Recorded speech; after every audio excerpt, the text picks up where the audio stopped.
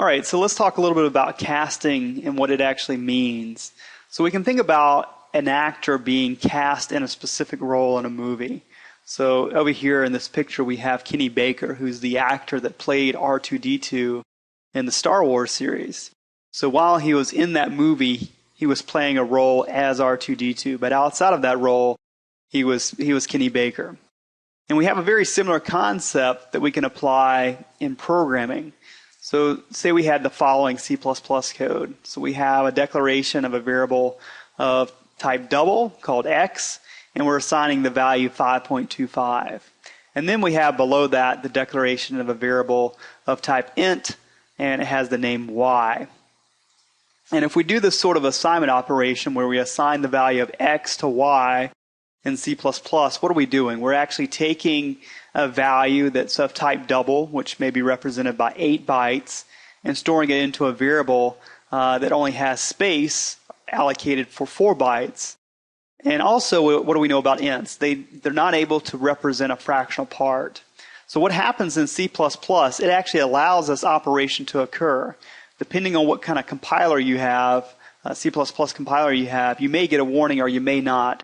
Regardless if you get the warning or not, an implied cast is occurring here. So what that means is the compiler is taking care of transforming or converting the double value into an int value for you. Now you can also do what's called an explicit cast. And what this means is you're actually telling the compiler, I want to convert this particular value for this specific expression to something else. So we could do a very similar thing here where we've actually explicitly stated that we would like to have the value x, at least for this operation here, this assignment operation, to be an int value. Now the same thing happened behind the scenes here, but here we're being very explicit about it. And so if you have a compiler that may have complained here and provided some sort of warning saying that you may have lost some precision, in this particular case you're letting the compiler know that you're okay with that loss of precision, that you're not concerned about the fractional part.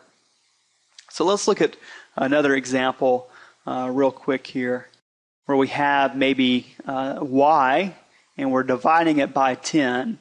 So if we look at what we have so far here, the value of y should be 5, right? So originally we had x assigned 5.25, then we assigned that value to y. Y was of type int, so we lost the fractional part in both of these cases here. And so it should just be an integer representation of 5 here. So we have 5 divided by 10. So the result of that should be 1/2 or 0.5. But x over here is of type double, this is of type int, and this is what we call an int literal. So whenever we perform this operation here, since we have an int divided by an int, we actually, what happens here is we end up with what's called integer division, and we actually lose the fractional part.